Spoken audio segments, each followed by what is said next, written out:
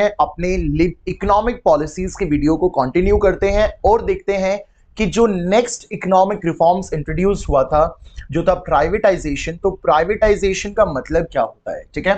Previous video में हमने cover कर लिया लिबरलाइजेशन को, हमने देख लिया कि लिबरलाइजेशन का क्या मतलब होता है और लिबरलाइजेशन के अंदर बेसिकली कौन कौन से इकोनॉमिक रिफॉर्म्स इंट्रोड्यूस्ड हुए थे, ठीक है। अब हम देखते हैं प्राइवेटाइजेशन का मतलब क्या है।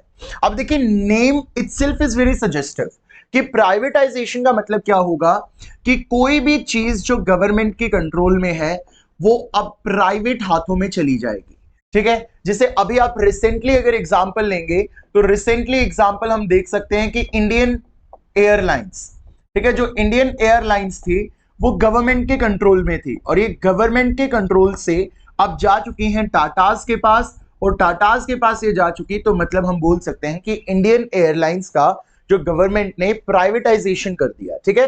तो प्राइवेटाइजेशन का मतलब होता है सिंपल सा कि गवर्नमेंट को लग रहा है कि भाई वो उस चीज को नहीं संभाल पा रही, कोई इंडस्ट्री है उसको गवर्नमेंट नहीं संभाल पा रही, गवर्नमेंट को लग रहा है कि डिस्पाइट ऑफ द मैनी हमने इन बहुत ज्यादा एफर्ट्स लगाए हैं फिर भी हम इन चीजों को नहीं मैनेज कर पा रहे, तो गवर्नमेंट सिंपली क्या करती है, उन चीजों की बिडिंग करती है और प्राइवेट सेक्टर के हाथों में उन चीजों को दे दिया जाता है, जिसको हम लोग बोलते हैं प्राइवेटाइजेशन। अब रिसेंट गवर्नमेंट के तो हमने बहुत सारी चीजें देखी हैं जो प्राइवेटाइज्ड हुई हैं, जो गवर्नमेंट एम बताती है, क्योंकि कई बार क्या होता है एग्जाम में आपसे पूछ लिया जाता है कि गवर्नमेंट का एम क्या होता है प्राइवेटाइजेशन के पीछे। तो गवर्नमेंट एम बताती है कि भाई जो भी पब्लिक सेक्टर यूनिट है अगर वो अच्छे से परफॉर्म नहीं कर रही तो अगर हम उसको प्राइवेटाइज करेंगे तो वो बेहतर तरीके से परफॉर्म करने लगेगी। प्राइवेट जो लोग होंगे उसमें कैपिटल इन्फ्यूजन करेंगे और वो जो यूनिट है वो सिक यूनिट से एक रिवाइवल यूनिट हो जाएगी। सिक यूनिट मतलब ऐसी यूनिट जो परफॉर्म नहीं कर रही, अब वो सिक यूनिट से एक रिवाइवल यूनिट में कन्वर्ट हो जाएगी और जो पैसा गवर्नमेंट को डिसइन्वेस्टमेंट करके मिलेगा उस पैसे को, अब डिसइन्वेस्टमेंट मैंने वर्ड यहां यूज किया जो हम आगे पढ़ने वाले हैं क्या होता है, इस पैसे को यूज करके बेसिकली गवर्नमेंट सोशल वेलफेयर में या और ज्यादा कंट्री में डेवलपमेंट करने में उस पैसे को लगाएगी। तो ये गवर्नमेंट का एक तरीके से आप बोल सकते हैं कि गवर्नमेंट का स्टैंड होता है कि हम प्राइवेटाइज क्यों कर रहे हैं, ठीक है। तो अभी हमें समझ में आ गया कि प्राइवेटाइजेशन का मतलब क्या होता है। तो अभी हम लोग देखते हैं कि प्राइवेटाइजेशन कैसे इंडिया में हो सकता है, ठीक है। तो उस टाइम पे देखिए प्राइवेटाइजेशन जो हुआ, तो एक बार मीनिंग इसका दोबारा रीड कर लेते हैं। Privatisation means transfer of ownership, management and control. Ownership, management और कंट्रोल किसका, एक पब्लिक सेक्टर यूनिट का ट्रांसफर कर देते हो आप किसके पास, प्राइवेट इंडिविजुअल्स के पास। तो इसी को हम लोग बोलते हैं प्राइवेटाइजेशन, ठीक है। तो it means the transfer of ownership, management and control of public sector enterprise to the entrepreneurs in the private sector। तो पब्लिक सेक्टर इंटरप्राइजेस का ओनरशिप, मैनेजमेंट, कंट्रोल जब आप प्राइवेट सेक्टर के एंटरप्रेन्योर्स को ट्रांसफर कर देते हैं तो इसी को हम लोग बोलते हैं कि प्राइवेटाइजेशन। अब जो ये प्राइवेटाइजेशन है ये दो तरीके से हो सकता है। पहला जो तरीका है वो है ओनरशिप ट्रांसफर करके, और जो दूसरा तरीका है वो जो पब्लिक सेक्टर यूनिट्स हैं उनको आप पूरे तरीके से सेल कर देते हो, ठीक है। जो पब्लिक सेक्टर यूनिट है उसको पूरे तरीके से आप किसी प्राइवेट इंडिविजुअल को सेल कर देते हो, ठीक है। तो देखिए यहां पे क्या होता है कि आप किसी पब्लिक सेक्टर यूनिट का ओनरशिप या उसको कैसे आप मैनेज करना है, कैसे संभालना है वो ट्रांसफर कर रहे हो। जैसे रेलवेज, आप देखेंगे कि बहुत ज्यादा रेलवेज के प्लेटफॉर्म्स जो अब डेवलप किए जा रहे हैं या ट्रेन्स जो डेवलप की जा रही हैं वो बहुत ज्यादा प्राइवेट कंपनीज के द्वारा डेवलप की जा रही है। बट क्या गवर्नमेंट ने पूरे रेलवेज को गिव अप कर दिया क्या? Obviously not. रेलवे स्टिल किसके कंट्रोल में है? Railways is still in the control of the government, but कुछ काम गवर्नमेंट ने उससे प्राइवेट लोगों से कराना शुरू कर दिया, ठीक है। तो इसको हम लोग बोलेंगे कि transfer of ownership, in the sense कि आप कुछ काम वहां पे प्राइवेट इंडिविजुअल से करवा रहे हो। पूरा जो अपना शेयर है वो नहीं सेल कर रही गवर्नमेंट, पूरा अपना शेयर नहीं सेल कर रही, लेकिन जो प्राइवेटाइजेशन ऑफ एसपीएसयूज होती हैं, पब्लिक सेक्टर यूनिट्स, जिसको हम लोग सरकारी कंपनी बोलते हैं, ठीक है। बेटर अंडरस्टैंडिंग के लिए इनको हम लोग सरकारी कंपनीज बोलते हैं। तो गवर्नमेंट यहां पे क्या करती है, सरकारी कंपनीज होती हैं जो पीएसयू, पब्लिक सेक्टर यूनिट्स होती हैं, ठीक है। पीएसयू मतलब पब्लिक सेक्टर यूनिट्स। तो इन पब्लिक सेक्टर यूनिट्स का कुछ पार्ट या पूरा का पूरा पार्ट जब किसी प्राइवेट लोगों को दे दिया जाता है तो इसको हम लोग बोलते हैं डिसइन्वेस्टमेंट। तो यहां डिसइन्वेस्टमेंट का मतलब क्या होता है? देखो, जब आप कहीं पे पैसा लगा रहे हो तो दैट इज इन्वेस्टमेंट, और जब आप वहां से पैसा विड्रॉ कर रहे हो, तो जब पैसा विड्रॉ कर रहे हो तो दैट इज डिसइन्वेस्टमेंट। तो यहां बेसिकली गवर्नमेंट क्या कर रही है? अपना जो शेयर है, अपना जो स्टेक है, उसको पूरे तरीके से विड्रॉ कर रही है। तो इसीलिए हम लोग इसको बोल रहे हैं डिसइन्वेस्टमेंट। तो उस टाइम पे गवर्नमेंट ने क्या किया? जो हमारी पब्लिक सेक्टर यूनिट्स थी उनको 3 पार्ट में डिवाइड किया। सबसे पहला जो पार्ट था वो थी महारत्न, सेकंड जो पार्ट थी वो थी नवरत्न, और थर्ड जो पार्ट थी वो थी मिनी रत्न। तो 3 पार्ट में जो पब्लिक सेक्टर यूनिट्स हैं उनको क्लासिफाई किया गया। महारत्न जो बड़ी बड़ी कंपनियां थी, बहुत ज्यादा प्रॉफिट जनरेटिंग थी, ठीक है, और जो गवर्नमेंट के लिए काफी इंपॉर्टेंट थी। उससे जो थोड़ी सी छोटी कंपनियां थी, कम प्रॉफिट जनरेट कर रही थी, उनको नवरत्न में डाल दिया। और उससे जो छोटी थी, ठीक है, जैसे एमटीएनएल वगैरह जैसी कंपनी थी, उसको मिनी रत्न में डाल दिया। तो 3 पार्ट्स में कंपनीज को, पब्लिक सेक्टर यूनिट्स को गवर्नमेंट ने क्लासिफाई किया। वो 3 पार्ट कौन कौन से थे? Maharatna, Navratna and third one is the mini ratna. ठीक है, अब देखते हैं आगे। प्राइवेटाइजेशन हम समझ गए, जब गवर्नमेंट अपने स्टेक को रिमूव करके अपना शेयर जब किसी प्राइवेट इंडिविजुअल को दे दे, जैसे इंडियन एयरलाइंस में जो गवर्नमेंट ने किया। इंडियन एयरलाइंस में गवर्नमेंट ने डिसइन्वेस्टमेंट किया। गवर्नमेंट ने अपना शेयर विड्रॉ कर लिया और अपना शेयर किसको ट्रांसफर कर दिया? प्राइवेट टाटास को ट्रांसफर कर दिया। तो ये जो है, ये हम इसको बोलेंगे डिसइन्वेस्टमेंट। ठीक है, नेक्स्ट जो हमारा टॉपिक है that is this, very good, globalisation. ठीक है, तो ग्लोबलाइजेशन हमने ऑलरेडी पहले डिस्कस किया था। Globalisation is integration. What is integration? देखते हैं। इंटीग्रेशन का मतलब होता है जोड़ना। ठीक है, दो चीजों को एक दूसरे से तोड़ना नहीं बच्चों, जोड़ना, कनेक्ट करना। ठीक है, दैट इज इंटीग्रेशन। तो यहां क्या हुआ? Globalisation, globalisation means integrating the national economy with the world economy through removal of barriers on international trade and capital movement। जो भी आपकी इंटरनेशनल ट्रेड है, जो भी आपकी कैपिटल मूवमेंट है, उस पे जो रेस्ट्रिक्शंस हैं, उन रेस्ट्रिक्शंस को बेसिकली आप हटा रहे हो। और जब आप उन रेस्ट्रिक्शंस को हटा दोगे तो आपकी जो इकोनॉमी है, आपका जो देश है, वो वर्ल्ड की दूसरी कंट्रीज के साथ कनेक्ट कर पाएगा। आपकी जो इकोनॉमी है वो और इकोनॉमी के साथ कनेक्ट कर पाएगी, और इसी कनेक्शन को, इसी इंटीग्रेशन को हम लोग बोल रहे हैं ग्लोबलाइजेशन। ठीक है, तो ग्लोबलाइजेशन हमें समझ आ गया। भाई, अगर आप अपने घर का दरवाजा बंद रखोगे, अज्यूम आप अपने घर का दरवाजा बंद कर रहे हो, तो जब आप अपने घर का दरवाजा बंद रखोगे तो house someone can enter into your house, नहीं कर पाएंगे। लेकिन जब आप अपने घर का दरवाजा खोल दोगे तो बाहर वाले भी आपके घर में आ सकते हैं, बाहर वाले भी आपके घर में झांक सकते हैं। तो ऐसे ही पहले इंडिया ने अपने घर के दरवाजों को बंद कर रखा था कि भाई बाहर वालों को अलाउ ही नहीं किया था। सब चीजें हमने अपनी डोमेस्टिक इंडस्ट्रीज के लिए रिजर्व करके रख ली थी, स्मॉल स्केल इंडस्ट्रीज के लिए रिजर्व करके रख ली थी। But now India came to know कि भाई ये घर नहीं है, ये देश है, इसको खोलना पड़ेगा, इसकी बाउंड्रीज को ओपन करना पड़ेगा। ठीक है, एक बॉर्डरलेस वर्ल्ड हमें बनाना पड़ेगा, हमें वर्ल्ड की दूसरी इकोनॉमी के साथ कनेक्ट करके रहना पड़ेगा। तो इसी को हम लोग बोलते हैं ग्लोबलाइजेशन। इसका एक आउटकम देखिए, आज आप कोई भी चीज अलीबाबा से मंगा सकते हैं।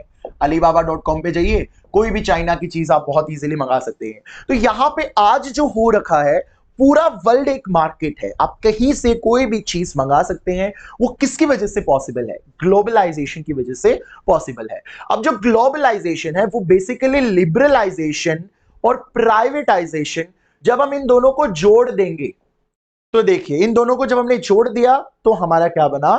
ग्लोबलाइजेशन। तो ग्लोबलाइजेशन अगर आपको लिखने के लिए आएगा तो you will definitely write that globalisation is the outcome of liberalisation and privatisation. Liberalisation और प्राइवेटाइजेशन का जो एक रिजल्ट होगा, जो आउटकम होगा, उस रिजल्ट या उस आउटकम को हम लोग क्या बोलेंगे? We would say that is globalisation. ठीक है, अब ग्लोबलाइजेशन का एम क्या था? इसका एम था कि भाई पूरे वर्ल्ड में ज्योग्राफिकल बाउंड्रीज हैं उनको ब्रेक करना, ताकि कंपनीज इधर से उधर मूव कर सकें, गुड्स एंड सर्विसेज यहां से वहां मूव कर सकें। एक बॉर्डरलेस वर्ल्ड हमें क्रिएट करना था बेसिकली ग्लोबलाइजेशन के थ्रू। ठीक है, तो देखिए, क्रिएट अ बॉर्डरलेस वर्ल्ड, ऐसा वर्ल्ड जहां पे इजीली ट्रेड हो सके, पीपल्स की मूवमेंट हो सके, कल्चर्स का ट्रांसफर हो सके, टेक्नोलॉजिकल ट्रांसफर्स हो सके। तो ये सारी चीजें आपकी किसके अंदर कवर होती हैं? ग्लोबलाइजेशन के अंदर ये सारी चीजें आपकी कवर होती हैं, ठीक है। अब देखते हैं कि ग्लोबलाइजेशन के आर्ग्यूमेंट्स क्या है। अब आर्ग्यूमेंट्स जब हम लोग डिस्कस करते हैं तो वो फेवर में भी हो सकते हैं, अगेंस्ट में भी हो सकते हैं। तो पहला जो आर्ग्यूमेंट है in the favour of globalisation is that कि due to globalisation we have got the advantage of advanced technology। Globalisation की वजह से एक बॉर्डरलेस वर्ल्ड क्रिएट हुआ, चीजें एक जगह से दूसरी जगह शिफ्ट होने लगी, एक कंट्री से दूसरी कंट्री में शिफ्ट होने लग गई और टेक्नोलॉजिकल ट्रांसफर्स होने लग गए, टेक्नोलॉजी का फ्री मूवमेंट होने लग गया एक देश से दूसरे देश, और हमें टेक्नोलॉजिकल एडवांसमेंट यहां पे मिला। हम लोग इंटरनेशनल मार्केट, अगर हमें दूसरी कंट्री से कोई चीज मंगानी है, I just give you example, Cheetos. अभी चीटोस है, पता नहीं क्या है, हम बचपन में इसको खाया करते थे क्योंकि ये इंडिया में भी मिलता था, लेकिन आज जो चीटोस है वो इंडिया में नहीं मिलता, एक स्नैक्स काइंड ऑफ थिंग थी। अब अगर आप आज देखोगे तो कई जगह, कई ऐसी ऑनलाइन शॉपिंग से जहां पे आपको मिल जाएगा, क्योंकि ये लोग इसको इंपोर्ट कराते हैं, दूसरी कंट्री से मंगा लेते हैं इसको, ठीक है। तो मतलब आपको ग्लोबल मार्केट का इजी एक्सेस मिल जाएगा, ग्लोबल मार्केट से आप चीजों को बेसिकली मंगा पाओगे, ठीक है। और हमें इंडस्ट्रियल डेवलपमेंट के लिए हमें और ज्यादा बेटर स्कोप मिल जाएगा। ये बेसिकली जो डेवलपिंग कंट्रीज होती हैं, इंडिया जैसी डेवलपिंग, ब्राजील जैसी कंट्री जो अभी विकास कर रही हैं, पूरे तरीके से विकसित नहीं हुई, पूरे तरीके से डेवलप नहीं हुई, but they are on the path of development, that is developing companies. तो ये जो डेवलपिंग कंपनीज हैं इसको बहुत ज्यादा एडवांटेज मिलता है, ठीक है, ऐसा बोला जाता है जनरली, क्योंकि यहां टेक्नोलॉजी वगैरह ट्रांसफर होती है, तो better future prospectus for the large industries of the developing countries. तो इनके इंडस्ट्रीज को इससे बहुत ज्यादा बेनिफिट मिलता है। लेकिन like every face has two coins, तो we have some arguments in the favour, so we also have some arguments against the globalisation. First kind of argument is that benefits of globalisation accrue more to the developed country। ये बोल रहे हैं कि जब globalisation का जो फायदा है वो अंडर डेवलप्ड कंट्रीज और डेवलपिंग कंट्रीज को नहीं मिल रहा, बल्कि जो ऑलरेडी डेवलप्ड कंट्री हैं, जो पूरे तरीके से डेवलप कर चुकी हैं अपने आप को, जैसे यूएसए हो गया, ऑस्ट्रेलिया हो गया, स्विट्जरलैंड हो गया, ठीक है, इन कंट्रीज को ज्यादा बेनिफिट मिल रहा है ग्लोबलाइजेशन का, ठीक है।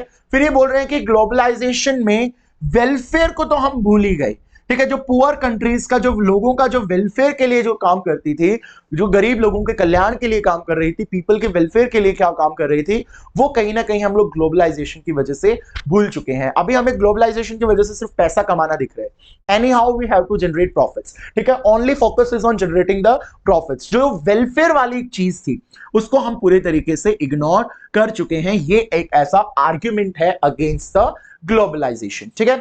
उसके बाद बोल रहा है कि ग्लोबलाइजेशन की वजह से जो इकोनॉमिक डिस्पैरिटीज थी बिटवीन पीपल एंड नेशंस वो क्रिएट हो गई। ये कहीं ना कहीं आप बोल सकते हैं, लग भी रहा है, जैसे आप जापान में जाके देखेंगे तो Japan is much much much advance in India, वहां का जो ट्रेन सिस्टम है, सॉरी, वो बहुत वास्ट है इंडिया से, ठीक है। तो ये बोल रहा है कि ग्लोबलाइजेशन की वजह से क्या हुआ, देशों के बीच में भेदभाव क्रिएट हो गया, discrimination.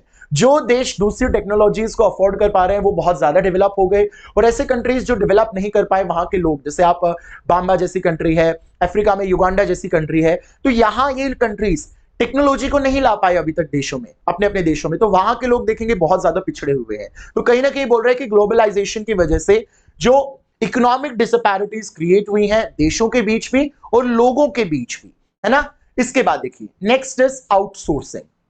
What is the meaning of outsourcing? Exactly what is a outsourcing? तो outsourcing का मतलब होता है जब किसी कंट्री की कोई बड़ी कंपनी अपने नॉन कोर एक्टिविटीज को किसी दूसरे कंट्री के लोगों से कराती है या कंपनी से कराती है, तो उसको हम लोग बोलते हैं आउटसोर्सिंग। जैसे एग्जांपल हम लोग लेंगे, जैसे हम लोग यहां गुड़गांव बेस्ड है, तो Gurgaon is a outsourcing hub, Gurgaon में बहुत ज्यादा आउटसोर्सिंग होता है। तो लेट्स सपोज कि यूएस का एक बैंक है, ठीक है।